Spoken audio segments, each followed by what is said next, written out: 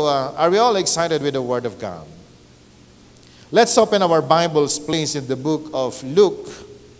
Luke chapter 19.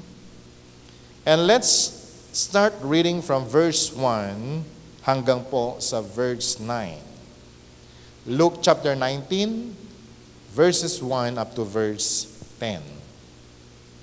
Okay, sabi po ng Bible, Jesus entered Jericho and was passing through. Verse 2, a man was there by the name of Zacchaeus. He was a chief tax collector and was wealthy. Sabi nga po natin, chief tax collector. In verse 3, sabi po ng Bible, he wanted to see who Jesus was. But being short man, he could not because of the crowd. Verse 4, so he ran ahead and climbed a sycamore fig tree to see him, since Jesus was coming that way. When Jesus reached the spot, he looked up and said to him, Zacchaeus, come down immediately. I must stay at your house today. So he came down at once and welcomed him gladly. Verse 7, all the people saw this and began to mutter, he has gone to be the guest of a sinner. And in verse 8, but Zacchaeus stood up and said to the Lord, look, Lord, here and now I give half of my possessions to the poor. And if I have cheated anybody out of anything, I will pay back 4 times the amount. Sabi nga po natin, 4 times. Now, verse 9. Jesus said to him, today salvation had come to this house, because this man too is a son of Abraham. Verse 10. I don't know. Okay, verse 9. Sorry. Okay, so last week nagturo po si Ruth about yung topic po ng be filled and overflow. At ito pong topic po natin ngayon na binigyan ko rin ng title na be filled and overflow. A follow-up dun po sa topic natin last week. At ito po ay istorya ng isang tao na ang pangalan ho ay Zacchaeus. Now sabi po ng Bible, si Zacchaeus ay isang chief tax collector. And this topic, I believe, ay kapupulutan po natin ng aral. Hindi lamang tayo na nasa loob po ng church na ito, but even to you, brothers and sisters na nanonood ngayon sa inyo pong tahanan, dalangin ko that we will all receive the revelation from the Lord today at tayo pong lahat ay tatanggap ng Kanya pong kapangyarihan as we receive the very Rema. Tayo pong lahat ay yumuot manalangin. Lord, we offer you our lives today as we study your word, O God. We pray that may your Spirit be upon us. Open, O God, our spiritual eyes so we can see your very word today. Open our ears so we can hear and receive even your very Rema. And that, Lord, our hearts make it as a fertile ground for your word, O God. At nananampalataya kami, Panginoon, sa mga pangako mo, that them that seek first your kingdom and your righteousness, Lord, you will give them, O God, all their needs. And I believe today, O God, sa bawat anak na tumatanggap na yung mga salita, bigyan mo po kami ng kalayaan na tumanggap ng iyong kapangyarihan, and that, Lord, every prayer ng iyong pong mga anak and every desire ng kanila pong mga puso, may you give it to them, O God, so that we will all go home with gladness in our hearts na natanggap namin, Panginoon, ang bahagi namin sa nais mo, Panginoon, na matanggap namin sa araw po nito. And so, Lord, today we entrust to you ang amin pong pag-aaral. Samahan mo po kami at patuloy ka na maghari sa aming kalagitnaan. Ito po ang aming dalangin sa pangalan ni Jesus. Amen. Sabi po ng Bible, si Zacchaeus was a chief tax collector and he is very rich. Hindi lamang siya basta-bastang tax collector. Siya po ay chief ng mga tax collectors nung panahon. At dahil siya po yung chief tax collector at that time, sa lahat ng mga tax collectors nung panahon po niya, siya yung pinakamayaman. Ang mga tax collectors nung araw, kaya kung papansinin po natin, ay iba ang tingin ng tao sa kanila. Sapagkat ang mga tao pong ito, sila po ay mga Hudyo. They are Jews by birth. Pero sila po ay nagpapagamit sa mga taga-Roma, to the Roman Empire, na sumakop sa mga Hudyo nung araw, at ang kanila pong ginagawa, they collect taxes. Ang mga Hudyo po ba ay hindi nagbabayad ng tax? Sila po ay nagbabayad ng tax. Ang masakit lamang, nung panahon na ito, nung naisulat ang istorya pong ito, ang nagko-collect ng tax collector nila ay mga Roman. At ang mga Romano po na ito ay mga dayuhan. Pero sila ang nagahari o mas nangingibabaw po sila sa mga Hudyo noong araw. So as Roman people, hindi po nila kilala ang mga tao noong araw sa Israel, sa Jerusalem. Kaya kinakailangan na meron pong native-born Israelites or mga taga-Jerusalem ang gagamitin po nilang taga-singil. Amen? Parang tayo po ng mga taga-Tugigaraw. Madali ho nating mapansin yung mga taga-Tugigaraw. Di po ba? Si tayo nga Ilocano, alis to tayo nga maamuan, dagiti kakailyan tayo. Apelido pa lang, alam na natin kung taga saan. Di ba? Nulacambra, taga-Tugigaraw yan. Di ba? Pagka sinabi mo yung apelido ay, madali mo pong malaman kung taga saan yan. So, si Zacchaeus nung panahon, siya po ay isang Hudyo, pero siya po ay ginamit o nagpagamit sa mga taga-Roma para gawing tax collector. Kaya nga po ang mga Hudyo nung araw, masyado pong masama ang tingin sa kanila. So tax collectors were hated by the Jews. Why? Because they were agents of the Roman Empire. Sila po yung mga taga-kolekta. Sila po yung mga tinawag po nilang collectors. At nung araw, ang mga taga-Roman, yung mga Roman Empire, sila po ay naglagay ng mga taxes para po sa mga tao. Pero, ang ginagawa naman nitong mga kababayan nilang mga tax collectors, tinataasan nila ang collection nila o yung singil nila sa mga taxes ng mga Hudyo noong araw. Ang mahalaga, maibigay nila yung tamang tax sa mga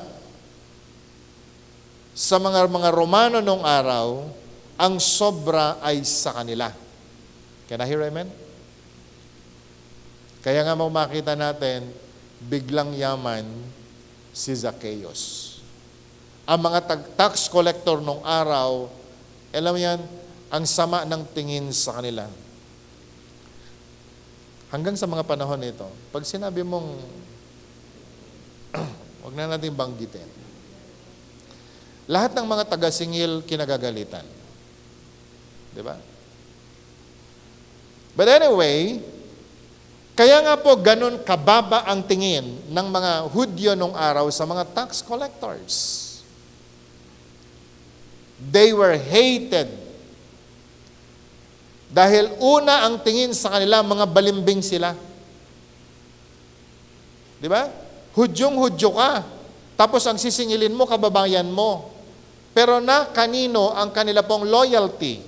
Ang loyalty po nila ay nasa mga taga-Roma. Sa mga Roman people, ang kanila pong loyalty.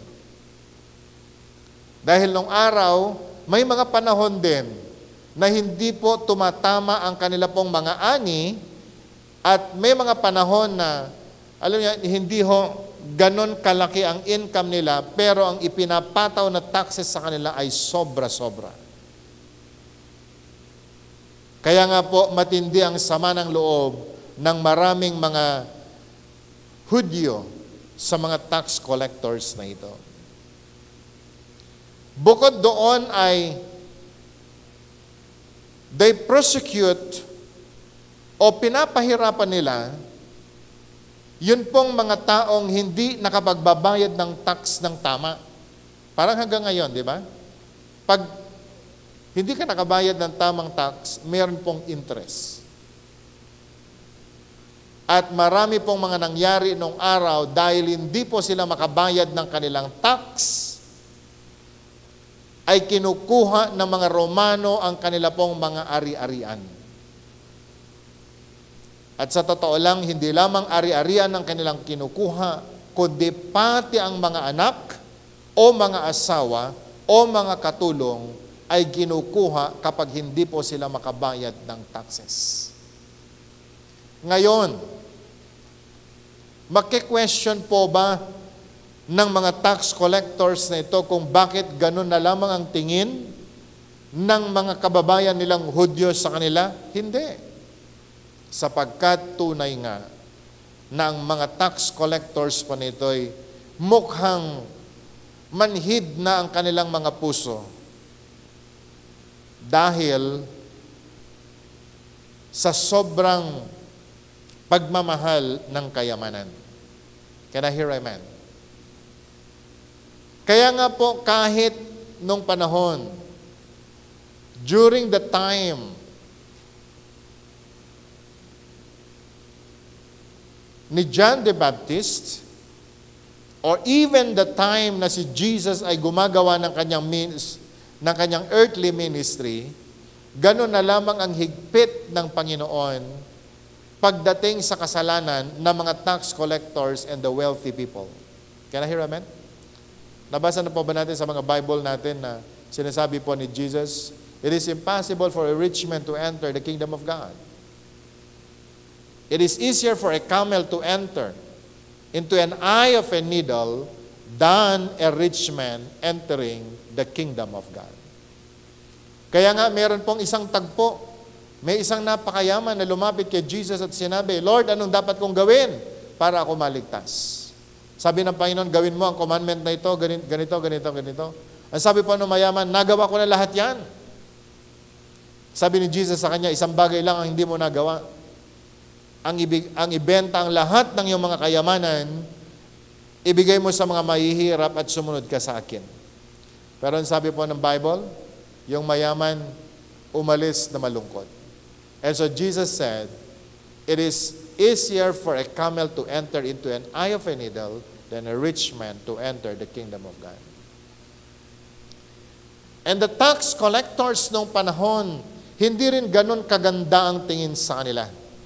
Kaya nga po, mukhang imposible sa kanila ang pumasok sa langit.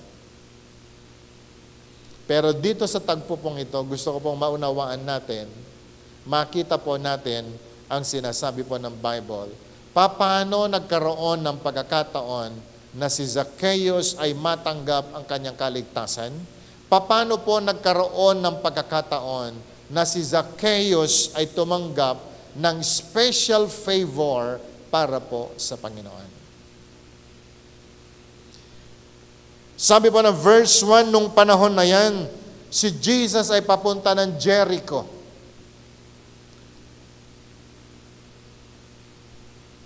Dumadaan po siya sa bahagi o sa part ng Jericho.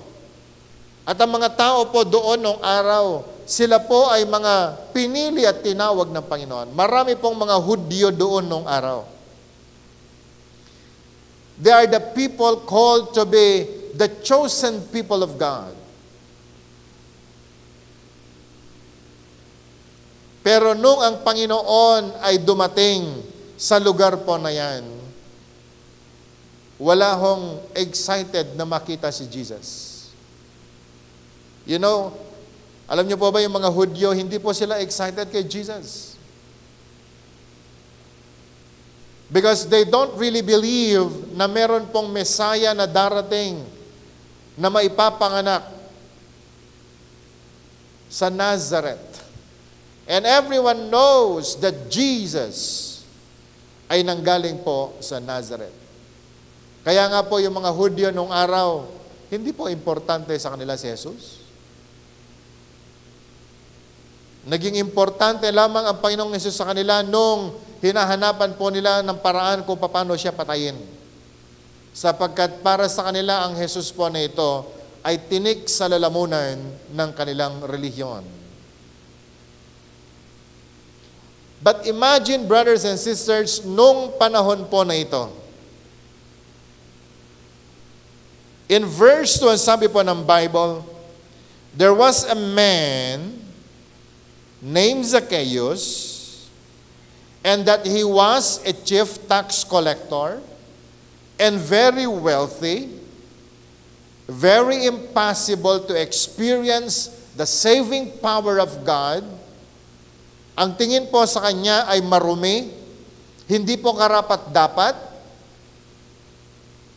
hated by the people, hated by the community. Pero ang sabi po ng Bible, in verse 3, pwede po ba nating makita? This Zacchaeus, a tax collector, he wanted to see who Jesus was.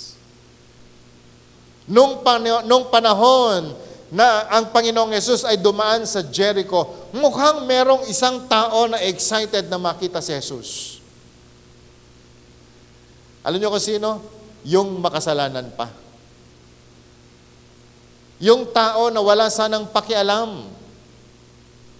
Ano po sabi po ng Bible? But being a short man, he could not because of the crowd. Mukhang pinagkaitan ho kasi ng height itong si Zacchaeus. Hindi nagiwaras niya po titayag at naturog pa'y siguro. At dahil daw po siya ay pandak, at alam niyo po mga Hudyo ay malalaki po sila, hindi niya makita si Jesus. At alam niyo ko ano kanyang ginawa? Sabi po ng verse 4, so he ran ahead. Kung saan papunta ang atin pong Panginoon, siya po'y tumakbo, inunahan, at pagkatapos umakyat po siya sa tinatawag po nilang sycamore tree para lamang makita si Jesus. Isa kang chief tax collector at mayaman. Sabihin nga po natin, tax collector at napakayaman. Tingin nga kayo sandali sa akin. Ano kaya itsura nitong taong ito? Nung pinapag-aralan ko ito, na-imagine ko siya, kung siya po ay isang, Pilipino kuma. Mga Pilipino galing Saudi, pag-uwi, pambira, dilaw na dilaw. Lahat ng daliri may singsing. 3 patong ang kanyang di ba? Kung babae, meron pang anklet. Can you imagine kung gaano kayaman si Zacchaeus? Ang dami niya sigurong borloloy sa katawan. At hindi mo ma-deny na itong taong ito ay tax collector dahil po sa kanyang tindig, dahil sa kanyang kayamanan, dahil po sa kanyang kung ano man ang nakakabit sa kanya marahil. Ewan ko lang kung nag-overthink po ako kagabi nung ginagawa ko po ito. Pero I can just imagine kung gaano po kayaman ito pong taon. Kaya nga sinabing very rich dahil siya po yung chief. Amen? Hello, may kausap pa rin po ba ako? Kasi kung kurakot yung mga tax collector, mas kurakot yung chief, di ba?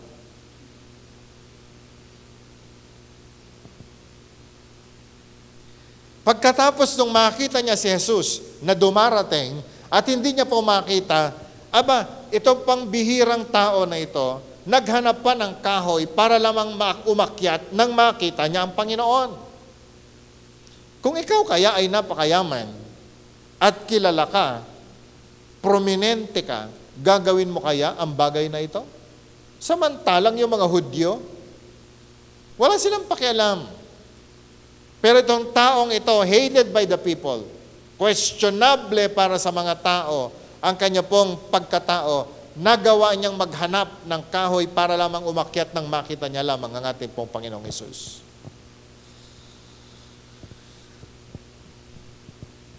Sabi nga natin ulit, tax collector. Alam niyo mga tax collector nung araw, nasa templo po sila. At meron po silang mga lamesa doon. May listahan. Di pa kasi yata usong calculator nung araw, baka mga bato pa gamit. No? Yan ho yung kanilang office. And sabi pa ng Bible, itong si Zacchaeus ay tumakbo, iniwan yung kanyang table, lahat yung kanyang mga gamit para lamang makita si Jesus. Ibang klase ano. Now, brothers and sisters, samantalang ang taong ito'y kinamumuhian ng lahat. Ang taong ito'y masyadong malaki ang pagkakamali sa tingin ng mga Hudyo.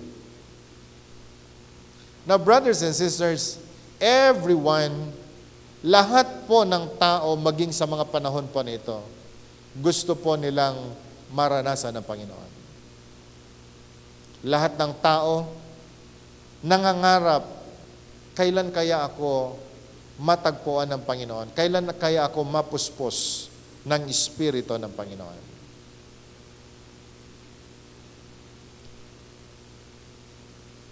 Pero dito po sa buhay ni Zacchaeus ay meron pong ilang mga bagay na nais ko pong makita. Do you really want to be filled and overflow? Gusto mo ba talaga nating mapuspos ng kapangyarihan ng Panginoon at hanggang sa tayo'y mag-umapaw ng Kanya pong kapangyarihan? Ang istorya po ni Zacchaeus ay isang bagay na dapat po nating makita. Attitude ng isang tao na kahit sa tingin ng lahat ay hindi po tayo karapat-dapat. Pero kung meron po tayong mga ganitong uri o meron po tayong ganitong attitude, hindi po imposible na tayo po ay mapuspos ng Panginoon.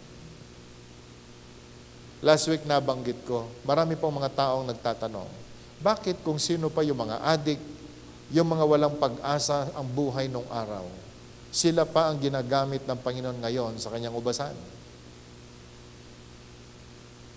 Bakit kaya yung medyo matitino ay hindi pa nagpagamit? Sa araw po nito, nais ko pong maunawaan natin.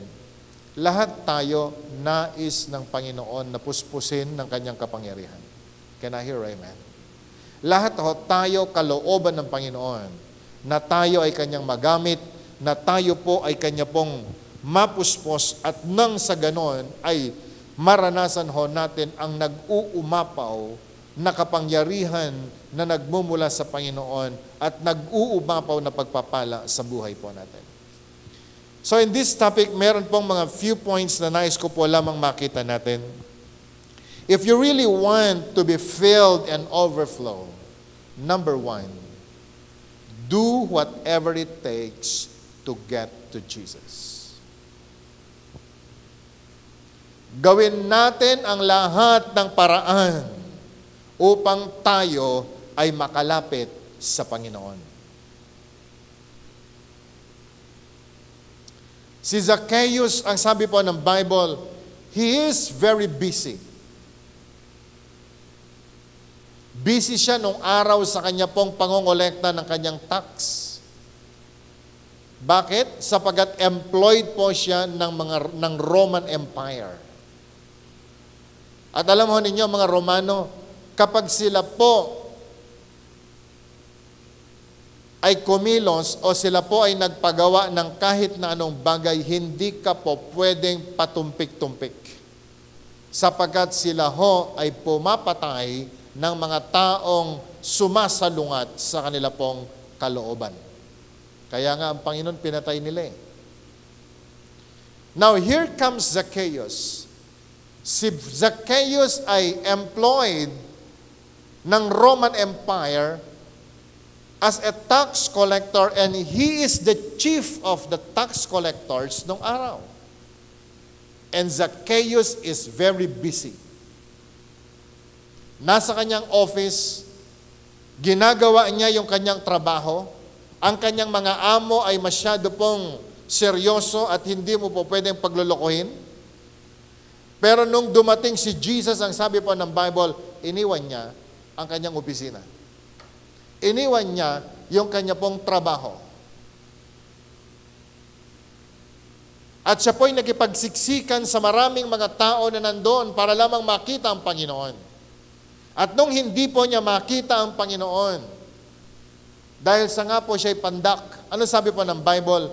Umakyat siya sa kahoy upang sa ganoon ay makita lamang niya ang Panginoon. Ginawa niya ang lahat ng paraan. Hindi lamang siya umakyat, sabi po ng Bible. So he ran ahead and climbed a sycamore fig tree to see him. Inunahan niya. Si Jesus, inunahan niya yung crowd na sumusunod sa Panginoon. Gusto ko pong makita natin ang picture po na ito. Alam niyo po si Jesus noong araw, kapag siya po ay naglakad, ang dami pong sumusunod sa Kanya. Sino-sino tong mga taong ito? Sila yung may ketong, sila po yung may dalang pasyente, sila po yung mga sinasaniban na masamang espiritu.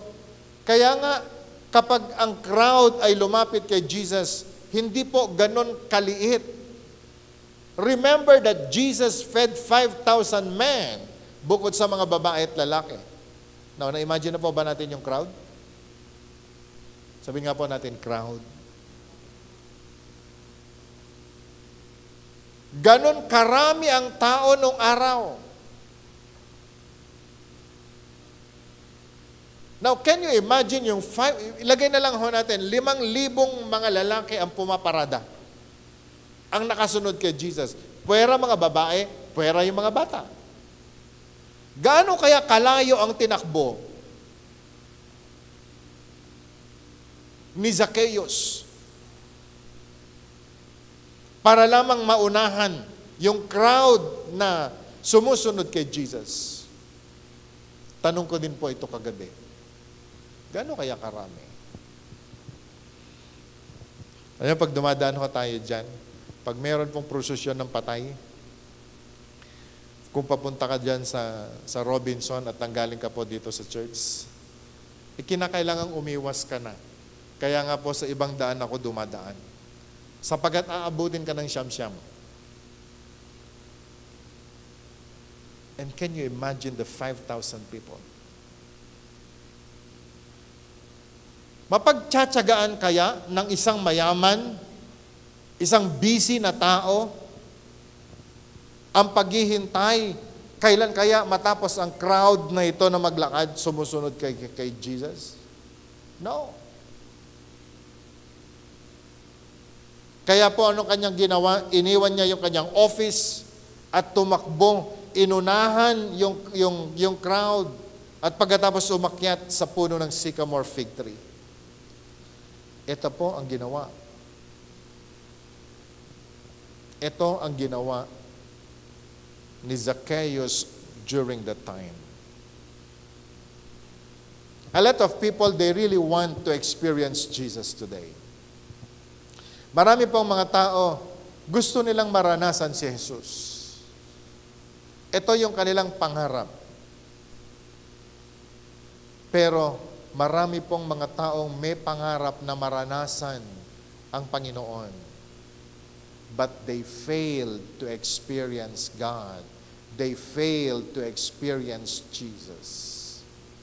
It is because wala po silang ginagawang paraan para maranasan nga ang Panginoon. Are you with me? So if you really want, and if we really want to experience, to be filled and to overflow with the Spirit of God, do whatever it takes to get to Jesus. Sabihin mo nga sa katabi mo, gawin mo ang bahagi mo. At gagawin ng Panginoon ang kanyang bahagi. Hindi po pwedeng maghintay ka lang. Kasi sabi ng Bible, wait upon the Lord. Ilagay ho natin sa tamang konteksto yung sinasabi ng waiting upon the Lord. Do whatever it takes to get to Jesus. Marami pong mga tumanggap ng miracle kay Jesus noong panahon sapagkat ginawa nila yung bahagi nila. Bit-bit nila yung kanilang pasyente. Itinatawid sa ilog, itinatawid sa dagat.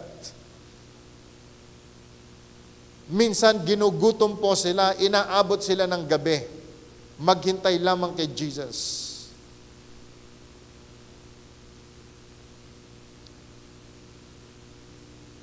Yung ibang mga pasyente namatay na. Pero sila po, ginawa nila ang bahagi nila para po matanggap nila ang kanilang miracle na nagmumula sa Panginoon.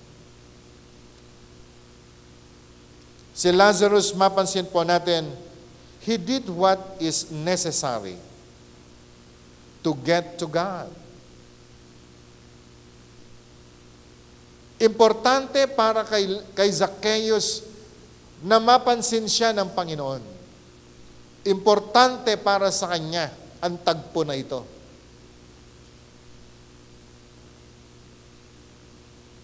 Regardless of what others think about him.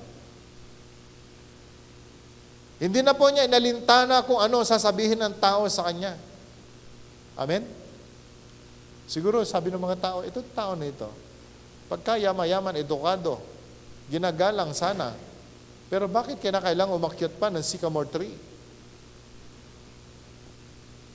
Marahil may mga tao doon pinagtatawanan siya. Marahil ang mga tao po doon, medyo iba na ang tingin kay Zacchaeus nung panahon na yan. But you know, si Zacchaeus, hindi na po niya inisip kung anong sasabihin ng tao. Sapagkat para po sa kanya, kailangan niyang gawin ang bagay na ito dahil nais po niyang makita at maranasan ang ating pong Panginoon. Ngayong umaga, gusto ko pong tanungin ninyo sarili ninyo, ano na ang ginawa mo o anong ginagawa mo para maranasan mo ang Panginoon at ang kanyang kapangyarihan?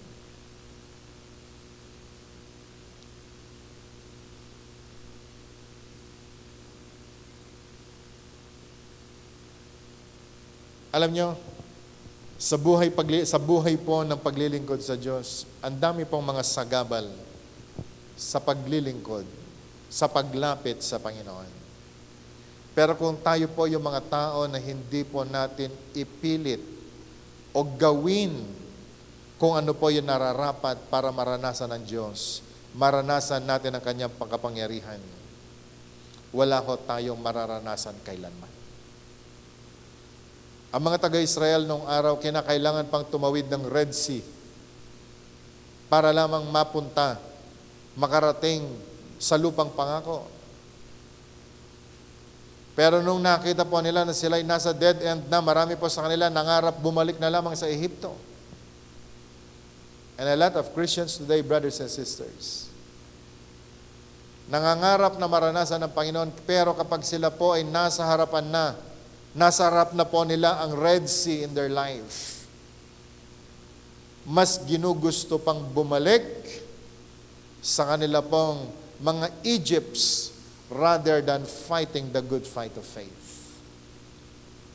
And so a lot of Christians today, yes, they desire to experience God, but they fail to do what is right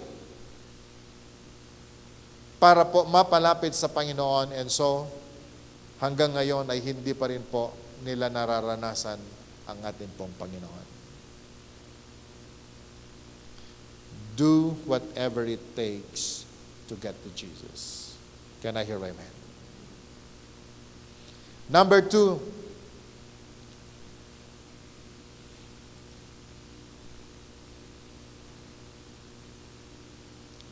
sabi po ng Bible, nung nakita ng Panginoon si Zacchaeus na nasa ibabaw ng kahoy, nandun ho siya nakakapit sa kahoy, napansin nga siya ng Panginoon. When Jesus reached the spot, he looked up and said to him, Zacchaeus, come down immediately. I must stay at your house today. So he came down at once and welcomed him gladly.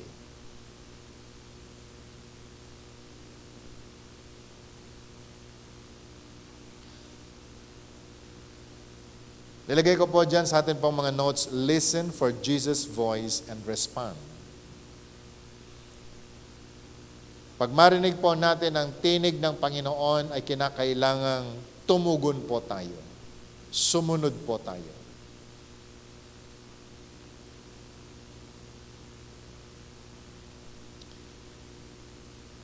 Pangarap ni Zacchaeus na makita ang Panginoong Jesus. And so he did his best para po makalapit o mapansin siya ng ating pong Panginoong Jesus. Nung siya po ay napansin na ng Panginoon, sabi ng Panginoon sa kanya, Zacchaeus, bumaba ka dyan. Ano ba sabi po ng Bible?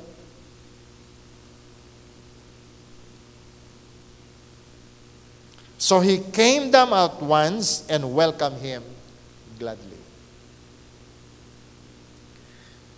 Alam niyo, pag nagbabasa po ako sa ng Bible, ina-imagine ko kung paano kaya siya umakyat.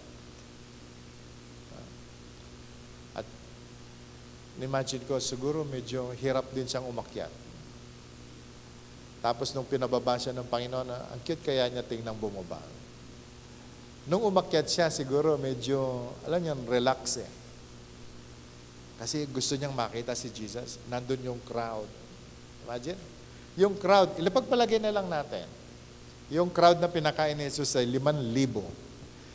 Alam mo yun, nasa ituktok ka ng kahoy, pagkatapos 5,000 nanonood sa'yo. Sabi mo sa katabi mo, ano pakiramdam mo?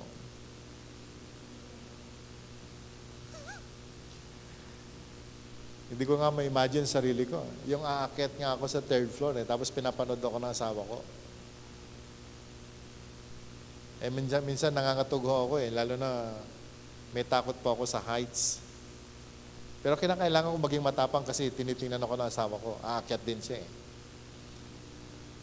Pero yung 5,000 na tao, at yung mga taong 5,000 na nanonood sa'yo, mga taong galit sa'yo. Alam niyo po yung taong galit? At hindi ka lamang galit, may sama ka ng loob kasi itong taong ito, ang dami niya ng pera na kinuha sa'yo. No Ilocano siguro, dagitay nga nagbuybuya, nagkakuma. Gunam. And you know, nung siya po'y nakaakyat, medyo relax pa siguro dahil wala pa yung crowd Pero nung huminto ang Panginoon at nakita yung tax collector nandun nakasabit sa puno at sinabi ng Panginoon sa kanya, Zacchaeus, bumaba ka dyan. Nung tinawag siyang, Zacchaeus, bumaba ka dyan, nagtaka mga tao. Bakit may connection ba ang Panginoon? Bakit alam ang pangalan nito? Kasama ba ang Panginoon sa business ng mga ito? Nakukuha niyo po ba yung punto? Kaya kahapon nung ginagawa ko po ito, nagtanong kaya ang Panginoon, baka tinawag. Pero wala ko kasi sa usapan eh. Ang Panginoon sinabi niya, Zacchaeus, bumaba ka dyan. At mas madali ko pong makonbinsi ang sarili ko na si Jesus kilala niya kung sino si Zacchaeus. Because God is an all-knowing God. Can I hear amen?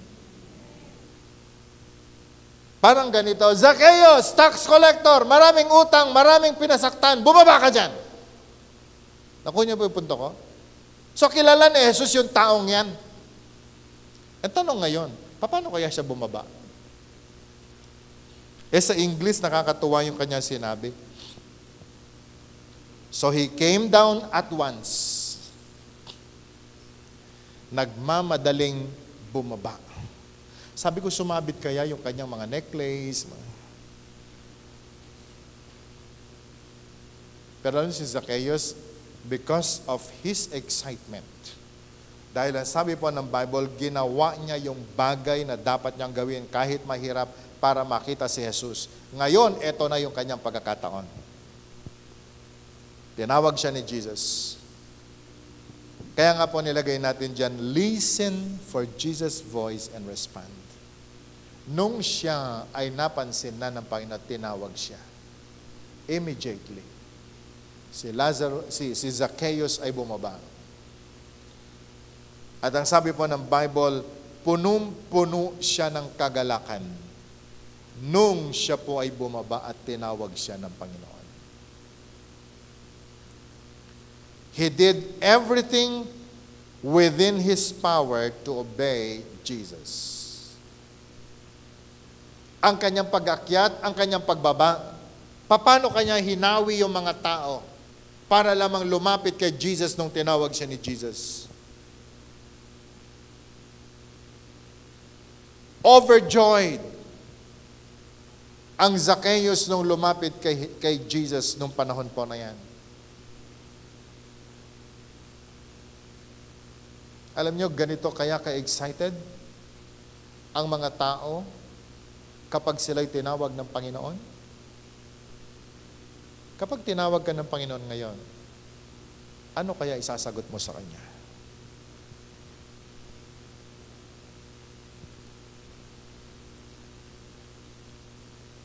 Nung tinatawag po ako ng Panginoon, Lord, kung ako tatawagin mong magpastor,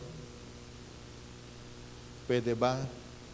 Bigyan mo muna ako ng kotse. Lord, bago ako maglingkod, bigyan mo muna ako ng asawa. Lord, bago ako maglingkod, kailangan establish mo na ako. Kasi ayaw kong pabigat sa church. Ikaw, anong rason mo nung tinatawag ka ng Panginoon? Anong rason mo nung ikaw ay kinakausap ng Panginoon? Marami pong mga taong lumapit sa Diyos, gusto nilang maranasan ng Panginoon. Pero ang sabi po ng isa, Lord, ilibing ko muna yung aking mga patay. Anong sagot ng Panginoon sa kanila? Let the dead bury their own dead. Sabi naman ng isa, kabibili ko lang ng oxen. I-test ko muna kung marunong siya mag-araro o hindi.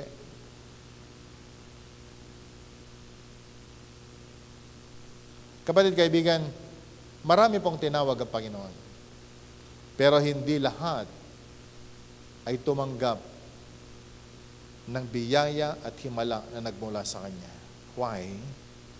Sapagkat nung sila ay tinawag ng Panginoon, mukhang hindi po nila narinig ang tamang tawag ng Diyos.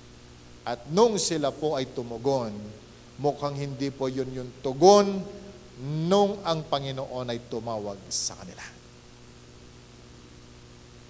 Remember that delayed obedience is still disobedience.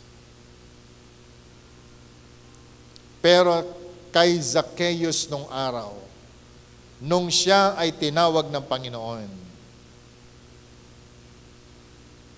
siya ho, ginawa niya kung ano yung dapat at pagkatapos ay sumunod sa sinasabi ng Panginoon sa kanya. So point number 3 in this lesson, nilagyan ko po dyan, Be ready to welcome Jesus into your heart.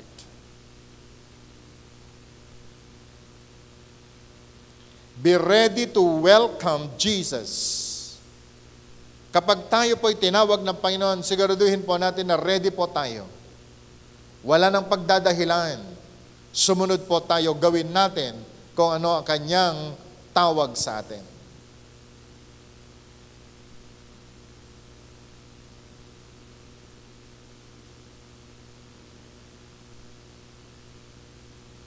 So he came down at once and welcomed him gladly, ang sabi po ng verse 6.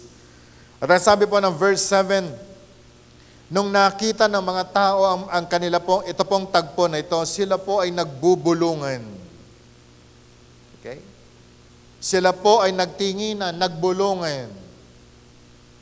At sila po ay nagsabi, bakit kailangan niyang pumunta sa bahay ni Zacchaeus? Samantalang makasalanan siya. Samantalang nagsasamantala siya.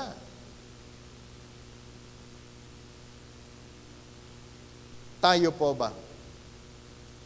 Are we ready to welcome Jesus in our hearts, in our homes? But for Zacchaeus, he proved that he was ready to hear Jesus through his actions. Nung sinabi ng Panginoon kay Zacchaeus, Zacchaeus, bumaba ka dyan, pupunta ako sa bahay mo. Sa dami ng mga tao doon, nakarapat-dapat. Pero bakit sa Zacchaeus pa, sa bahay pa siya ni Zacchaeus gustong pumunta? Sapagkat alam ng Panginoon, yung napakaraming crowd na sumusunod, they just want to receive miracles, favor, grace, pero mukhang walang gustong magbukas ng bahay niya para kay Jesus.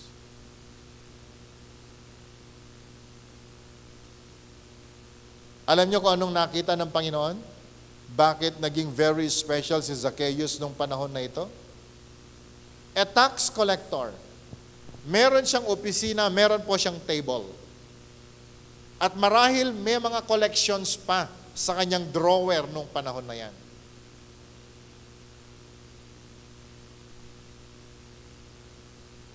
Kung meron man siyang locker doon, palagay ko iniwan ni Zacchaeus. Di niya naman pwedeng iakyat sa punong ng sycamore tree yung kanyang locker.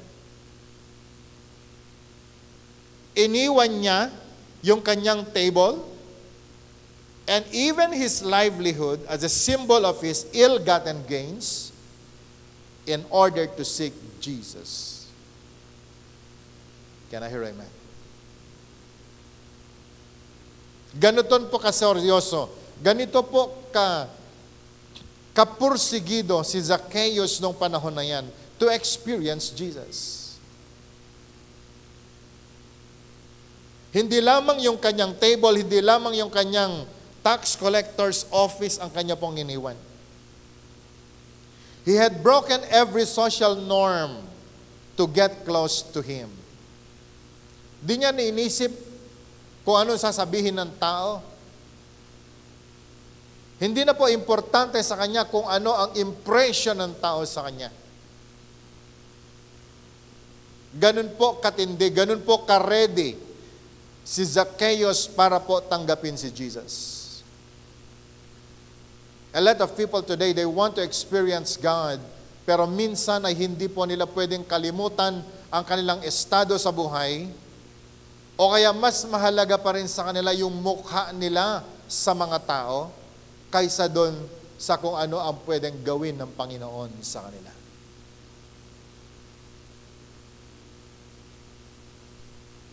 Kaya nga marami pong mga Christians ngayon nahihiyang magbitbit ng Bible. Kasi pagka may hawak kang Bible, di ba? Madalas sinasabi sa iyo, ay pastora, ayan natin pangas kasaba ang tata. Kaya wala na pong humahawak ng Bible ngayon. Mabuti na lang mga Bibles nasa cellphone. Kaya nga meron pa ako narinig na pastor, nahihiya ka bang magbitbit ng Bible? Mababain ka ba nga gigim Bible? Ada suggestion na diya may isang pastor. No, mabain ka nga gigim ti Bible, mangala ka ti dakdakkel nga Bible. Ta isu ikalub mo itarupam no magnaka.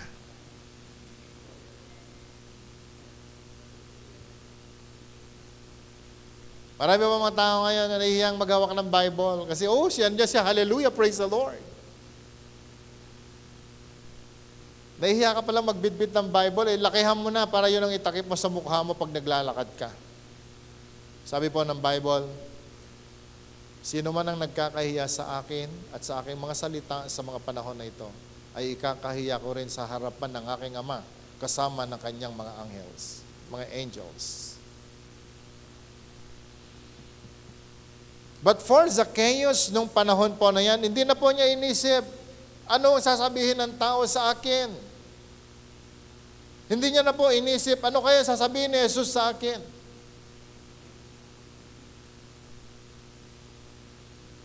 Now, brothers and sisters, do you really want to experience the infilling of God and the overflowing power and the miracles ng Panginoon in your life? Be ready to welcome Jesus, not only into your heart, but to welcome Jesus in your life, in your home. Dahil kapag si Jesus ang pumasok sa bahay mo, kakaiba kanyang gagawin. Can I hear amen? Huwag ho natin ikaya si Jesus.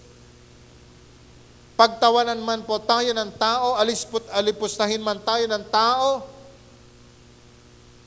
pero wag ho natin ikakahiya ang Panginoon kailanman. Si Zacchaeus, hindi po niya ikinahiya.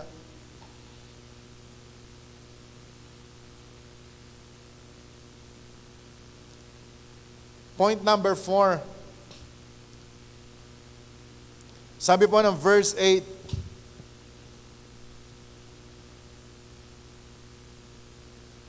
ito na ho ang matinding paliwanag o salita na lumabas kay Zacchaeus. Ano po sabi ng verse 8? Can we read it aloud? But Zacchaeus stood up and said to the Lord, Look, Lord, here and now I give half of my possessions to the poor. And if I have cheated anybody out of anything, I will pay back 4 times the amount.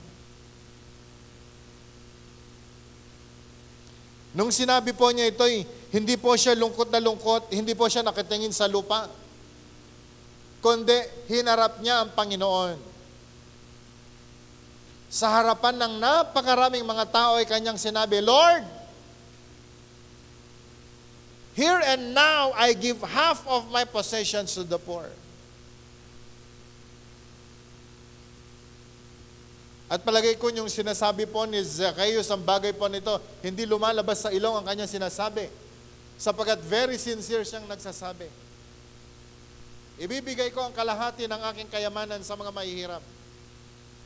At kung ako man ay may niloko, ibabalik ko ng 4 na beses.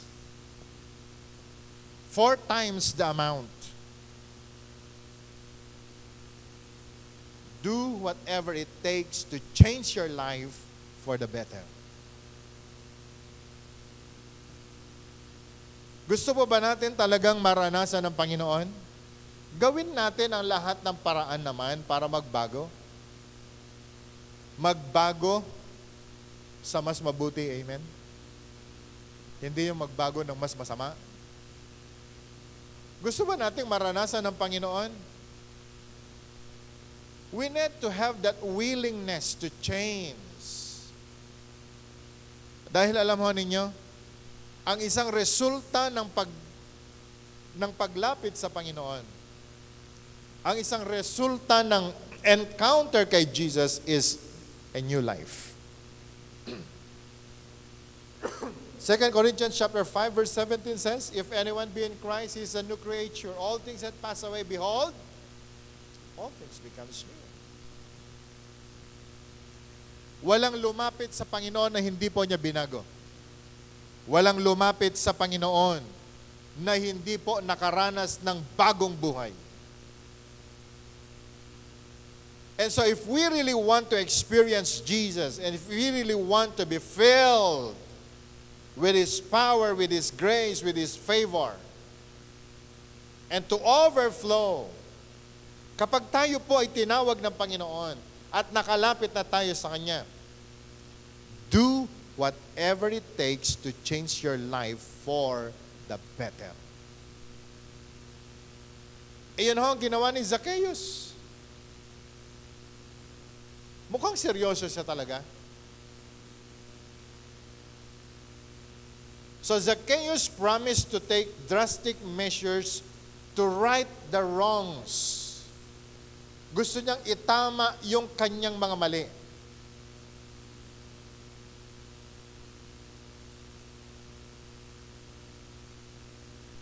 And to live his life in a better and more righteous way. Gusto niyang itama yung kanyang mga pagkakamali na nagawa niya sa kanyang buong buhay upang siya po'y mabuhay ng may katuwiran. Makinig ho tayo mabuti kahit kayong lahat na nanonood ngayon sa inyong mga tahanan. Saan ka man naroroon ngayon. Marami pong mga gustong lumapit kay Jesus, maranasan ang pagka-Diyos ng ating Panginoon, but they are not willing to surrender ang kanila pong mga bisyo, ang kanilang mga kasalanan. Hindi po pwede tayong maglingkod sa Panginoon na hindi po tayo makipag-break up sa pattern ng sanlibutan na ito. Can I hear amen? You cannot serve God and mammon at the same time. And so we need to make a decision. Do whatever it takes to change your life for the better. Can I hear amen? Marami gusto maglingkod sa Panginoon pero ayaw nilang i-give up yung kanila pong old pattern. Maraming gustong maglingkod sa Panginoon, gusto pong sumunod sa Diyos, but they cannot give up their vices. Marami pong gustong maglingkod sa Panginoon. They want to be filled with the Spirit of God, but they are not willing na tanggalin yung kanila pong the old wine. And they don't want to have a new wine skin. Paano po ba tayo mapuspos ng Espiritu ng Panginoon kapag kaganito? 611 people, do we really want to experience the new wine? Be sure that when we come to Jesus, you have a new wine skin. Because new wine cannot be put into an old wine skin. Ito po ang pagkakamali, ito yung pagkukulang ng marami pong mga mananampalataya sa mga panahon nito. They want new anointing. They want the power of God. Pero ayaw po nilang magkaroon ng bagong new wineskin.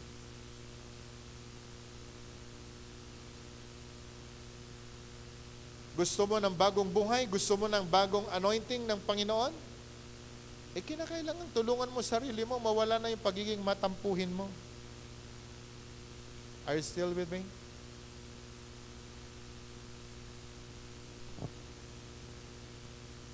Marami ba mga Kristiyano ngayon Pinaghaharian ho nung tinatawag nilang temporizing spirit.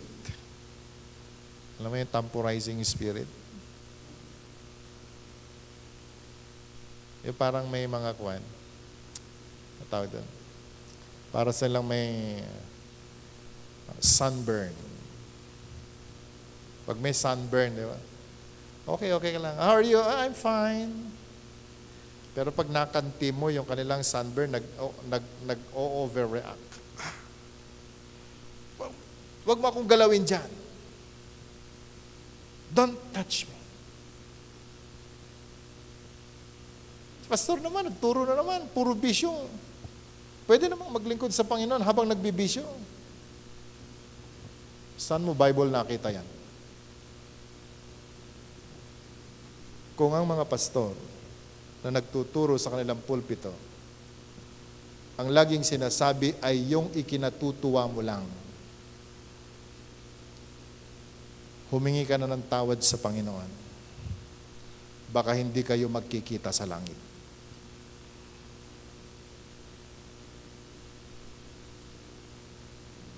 Can I hear amen? Maalala ko na ako bagong born again. Tuwan-tuwa po ako. Sabi ko, wow, born again ako. Isipin ninyo, ang tagal kong hinanap si Jesus. Nung natagpuan ko, tuwan-tuwa ako. So, umattend na po ako ng Bible study. Pinatanggap ako kay Jesus.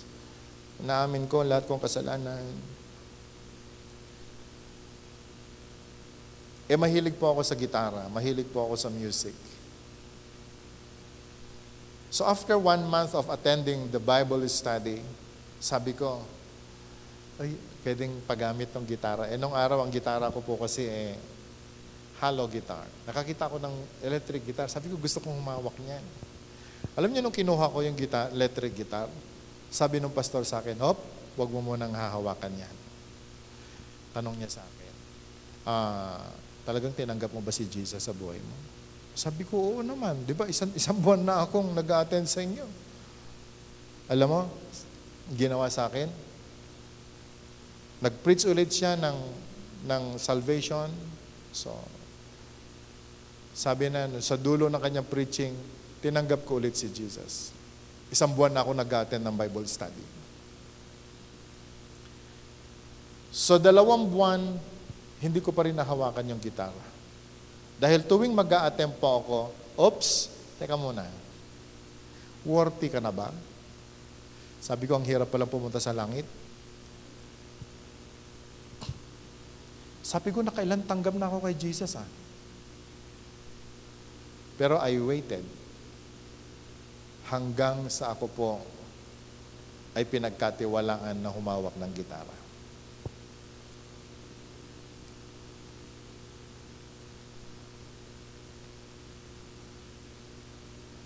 Kasi sabi niya sa akin, yun po kasing nagtuturo sa Bible study, classmate ko. Malapitan ako, so magkatabi talaga kami sa upuan. So alam niyo yung kalokohan ko, alam niyo yung lahat ng mga kabalbalan na pinagagawa ko. So mukhang ayaw niyang maniwala na tinanggap ko si Jesus. So hindi ko po siya ma-blame. So wala po akong ginawa kundi halos araw-araw, kahit sa Bible study sa school, tinatanggap ko si Jesus. Kaya mukhang, alam niyo yan, talagang lumalim yung tanggap ko kay Jesus. Kayo po ba? Noong tinanggap niyo po ba si Jesus, seryoso kayo? I really thank God, that man, nung paulit-ulit po niyang pinatanggap ako kay Jesus, dahil doon ko naunawaan, kailangan palang maging seryoso ka sa pagtanggap mo kay Jesus. And, I learned my lesson.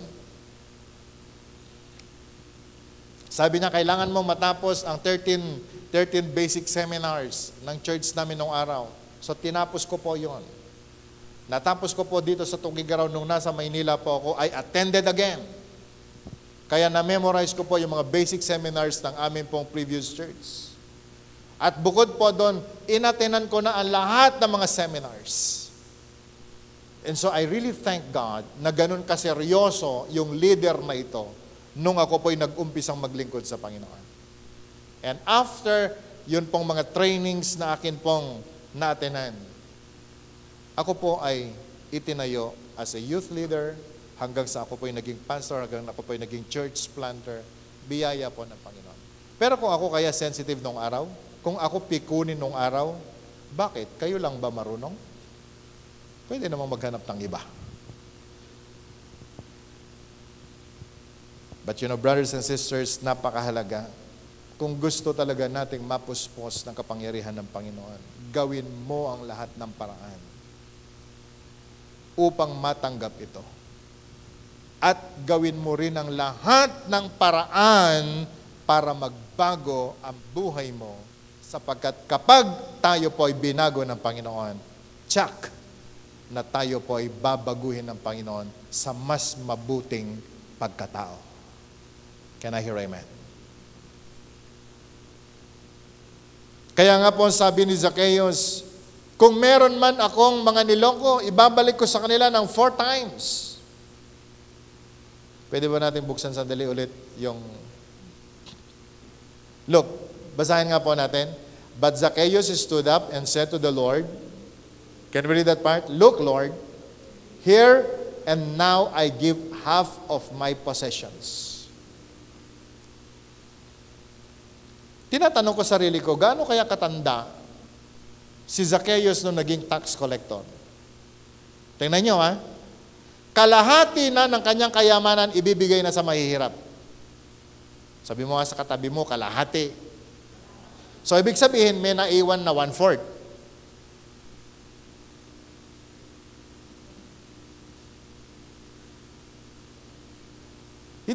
Hindi 1/4, kalahati eh. So may kalahati pang naiiwan. Can I hear amen?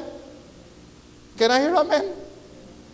Pagkatapos ang sumunod na sinabi niya, at kung meron akong mga niloko, kahit na sino, ibabalik ko ng 4 na beses. Sa balakay niyo, may maiiwan pa sa kanya? 4 na beses daw niyang isosoli. Alam niyo pong ibig sabihin nito? Mukhang si Zacchaeus, nung naranasan niya si Jesus, mukhang kaya niya nang i-give up ang lahat ng kanyang kayamanan para lamang masunod ang atin pong Panginoon. Are you with me? Kung tayo kaya yon, baka ganito ho ang ating verse.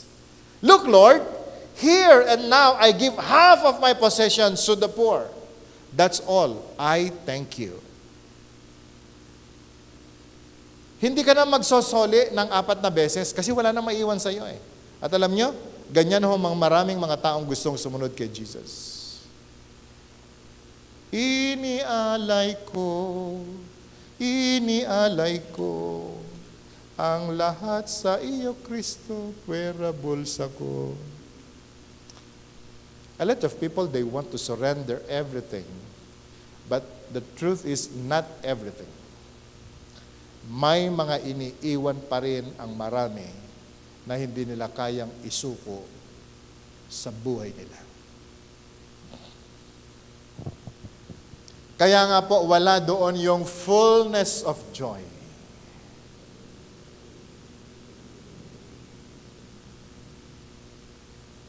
May napansin na po ba tayong mga Kristiyano ngayon?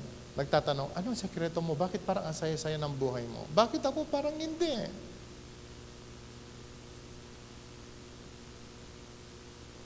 Pareho namang Diyos yung tinanggap. Bakit ikaw parang puno ka ng blessing? Bakit ako parang kalahati lang? Ito po ang sagot ko ngayong araw na ito. Nakadepende sa wineskin na dinala mo sa Panginoon.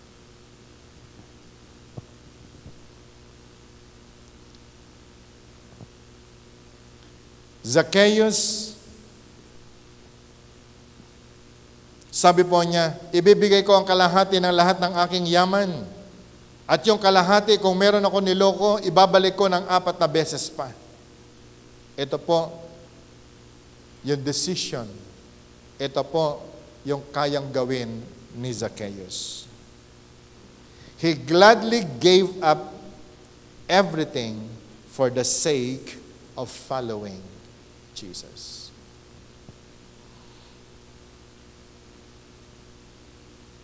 Money is no longer the driving force of his life. Wala nang saysay sa kanya ang pera. Wala nang saysay sa kanya ang kayamanan na ito. His priorities were finally straightened. Naituwid yung kanya pong mga pangarap, yung kanya pong mga priorities. Sabihin nga po natin, priorities. Amen? Tanong natin sa buhay, what are your priorities in life? Marami pong mga Kristiyano po ngayon, dito po tayo na-fail sa mga priorities po natin sa buhay Kristiyano natin.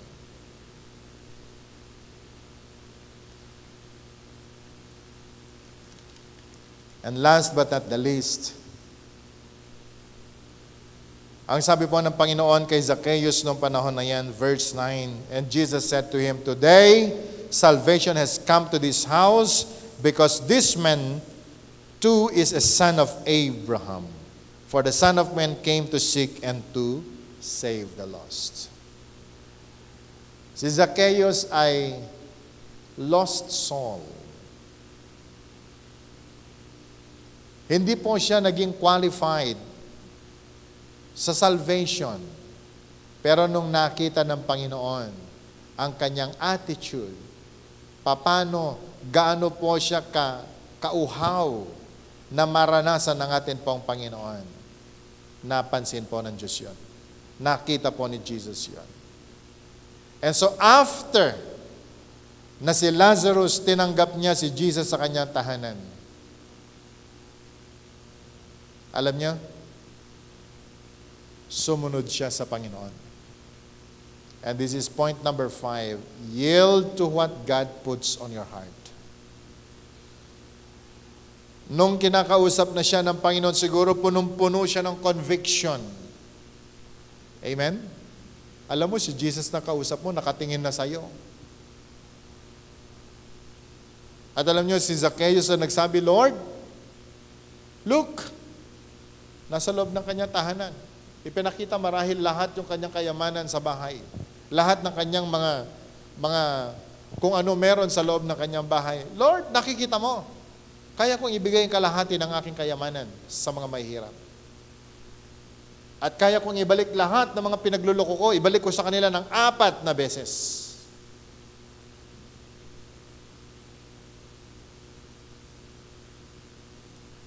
Si Lazarus, kinaya po niya na umayon doon sa kung anong nais ng Panginoon sa buhay po niya. And you know, brothers and sisters, dito po nag-umpisa ang tunay na tagumpay sa buhay ni Zacchaeus.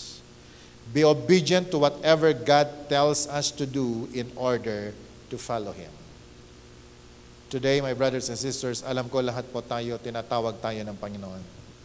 But if we really want to experience the fullness of God, the fullness of His favor, the fullness of His blessing, the fullness of God's anointing, yield to what God puts on your heart.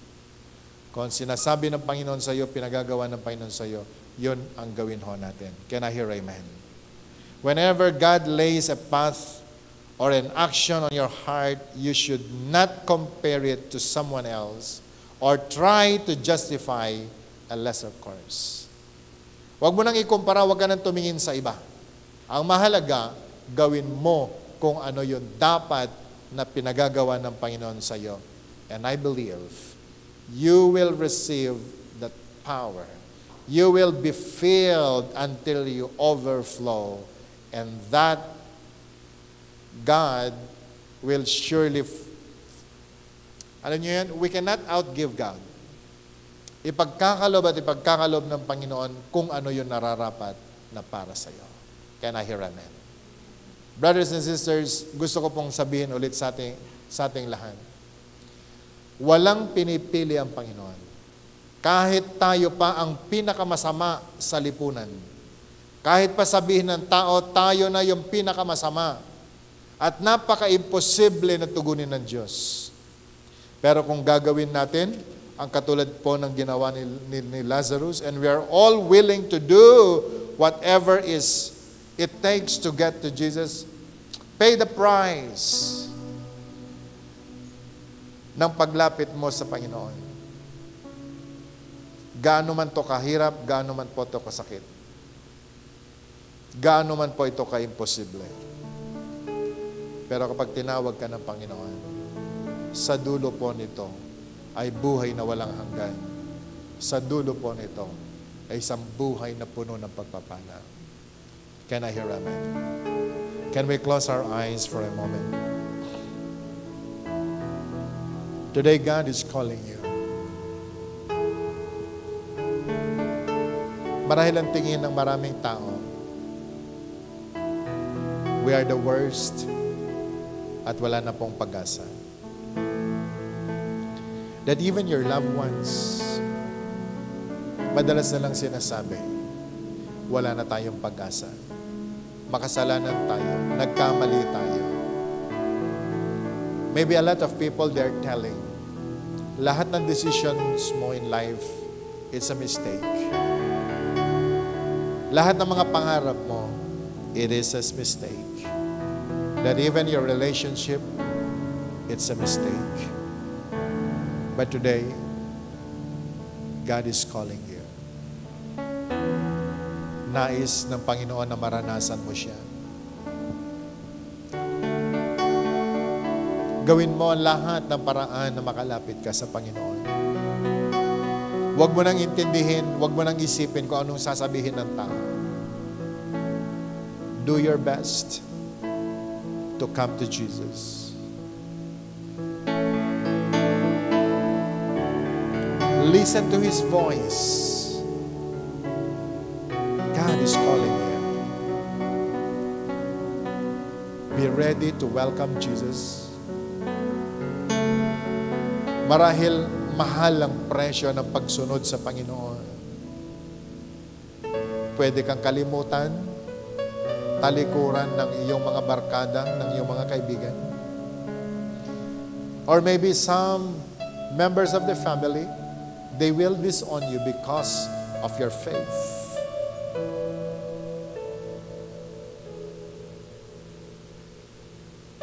But know today, Jesus is the one calling you.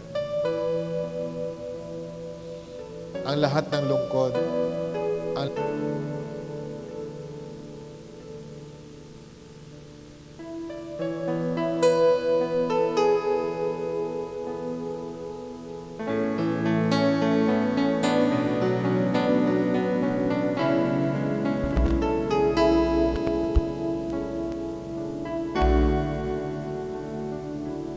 come to His very presence now.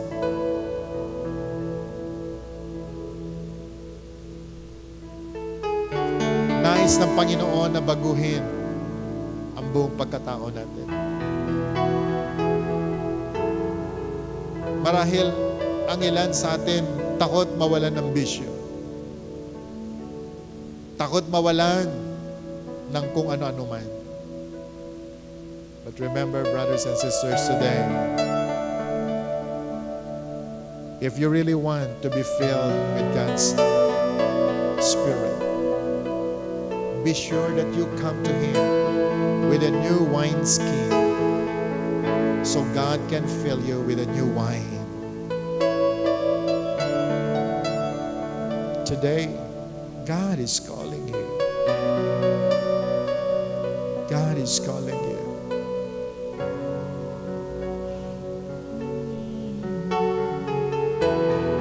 Make a decision. Marahil pangarap mo ang mapuspos noon pa. Pero dahil hindi mo kayang isuko ang ilang mga pagkakamali, you fail to experience the fullness of God. But today, it is God's perfect will that you will be filled and you will overflow. Make Jesus as the center of your life. Make Jesus as the center of your soul. Hallelujah. Oh, Jesus, move in our midst today. Oh, hallelujah.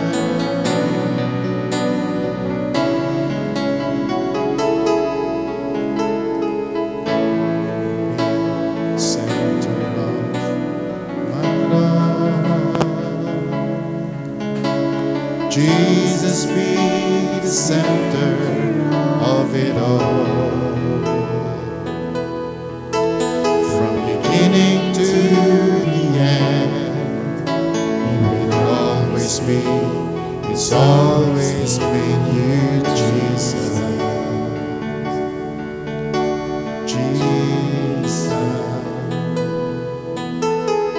Jesus be the center of it all.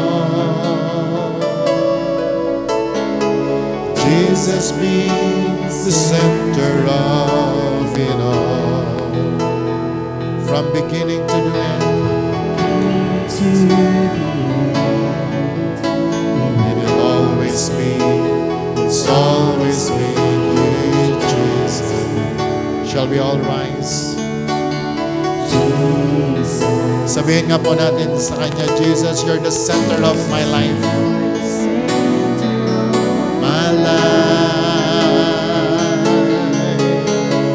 Jesus, be the center of my life. From beginning to the end, it'll always be, it's always been you, Jesus. Say it again. Jesus, be the center of my life. Sing it now. Say it to Jesus with all of your heart. Jesus, be the center of my life. From beginning to the end, it'll always be, it's always been you, Jesus. Sing it again. Jesus, you're the center of my life. Jesus, you're the center of my life. Jesus, be the center of my life. From beginning to the end,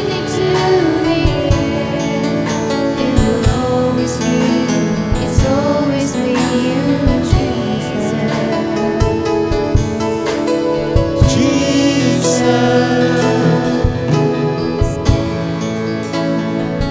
Today, as we lift our hands to Jesus,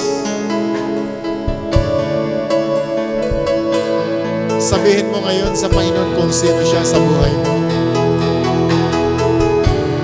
Worship Jesus now. Talk to your Jesus. God is calling you. Let God touch you. Let the Spirit of God fill you. Hallelujah. God is doing something in our midst.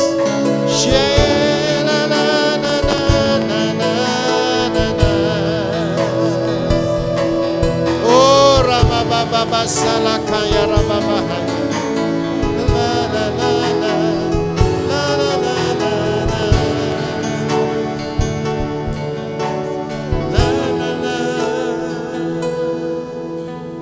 As you lift your hands today, let it be a sweet surrender to Jesus. Kung si Zacchaeus na tax collector,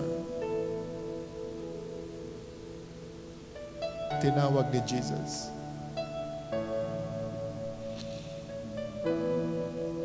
Zacchaeus experienced the greatest miracle. And that is the forgiveness of sins. And the greatest favor, nawala man ang lahat ng kanyang pera at kayamanan, tinanggap niya ang kanyang shepherd of his soul. Today,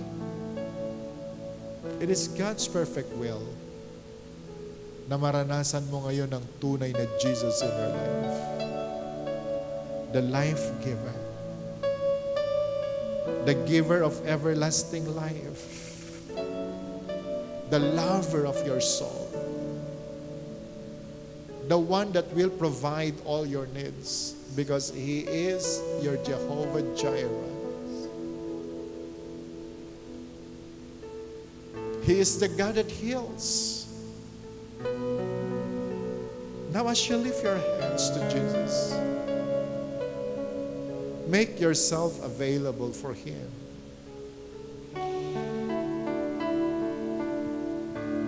Remember that even Jesus, sinabi po niya kay Zacchaeus, salvation is in His home. Ang kaligtasan ay nasa kanyang tahanan. Hindi lamang sa kanyang bahay, kundi sa kanyang buong tahanan. Today, God is making a deal with you. Surrender everything. Your pride, your sins, your vices, because God is about to pour out His Spirit in your life. Hallelujah. Come on. Kung ano pa man ang hindi po natin naisuko sa Diyos, surrender everything to Jesus now. In your own words, tell your Jesus now, Lord, I offer to you everything. I give up everything. Hallelujah. As in everything, Lord. Hallelujah. Start to pour out. Start to pour the old wine and bring that new wineskin to Jesus. Lord, listen to the prayers of your people. Kahit ikaw na nasa iyong tahanan ngayon, you're watching in your phone, you're watching in your TV, you've been suffering for so long. You really want to experience Jesus, but you failed to experience Him. But today, God is so serious. You must experience Jesus today. Give up your vices. Give up your vices. Offer that body to Jesus, because that body is the temple of the Holy Spirit. He cannot fill you hanggat hindi po natin na isusuko ang lahat ng kasalanan na meron po tayo sa buhay. Today, God wants to touch you. Lord, touch that body in Jesus' name. Let that healing, oh God, in their soul, body, and spirit, release it, God, from your throne. Release it, oh God, in Jesus' name. Hallelujah, hallelujah, hallelujah, hallelujah. God is touching you today. God is touching you today. Yes, God is doing something very special in your life. Hallelujah, hallelujah, hallelujah, hallelujah. Huwag kang matakot na mawalan. Huwag kang matakot sa kung ano man ang sasabihin ng tao. God is telling you, hallelujah, hallelujah. He will dine with you in the name of Jesus, in the name of Jesus. Prepare your heart, prepare your life. God is doing something very special. Panginoon, pakinggan mo ang pagsuko ng buhay ng iyong mga anak sa iyo. Yes, they're willing, oh God, to give up everything. Maging, Panginoon, ang aming yaman. Maging ang lahat, Panginoon, kung ano man ang meron kami. Because we want to experience you, Lord. We want to have you in our life. Oh, Jesus, be the center of our life, oh God. Be the center of our life, Lord. Hallelujah. Oh, Jesus, be the center of my life. Make it as a prayer now. Jesus, be the center of my life. From the beginning to the end, it will always be, it's always been you, Jesus. Jesus, Jesus, say it again. Jesus, be the center of my life. Jesus, be the center of my life. From the beginning to the end, it's always me, it's always me, Jesus. Jesus. Now before we sing this song, listen. May make it as a prayer from your heart. Pwede po ba natin ilagay ang ating mga kamay sa tapat ng ating mga puso?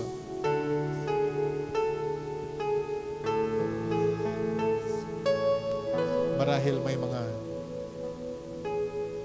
bad experiences tayo in the past. We are hurt. We have that hurts inside us from parents, from your siblings, o kung sino man ang nakasakit sa atin. That up to now, we cannot forgive them.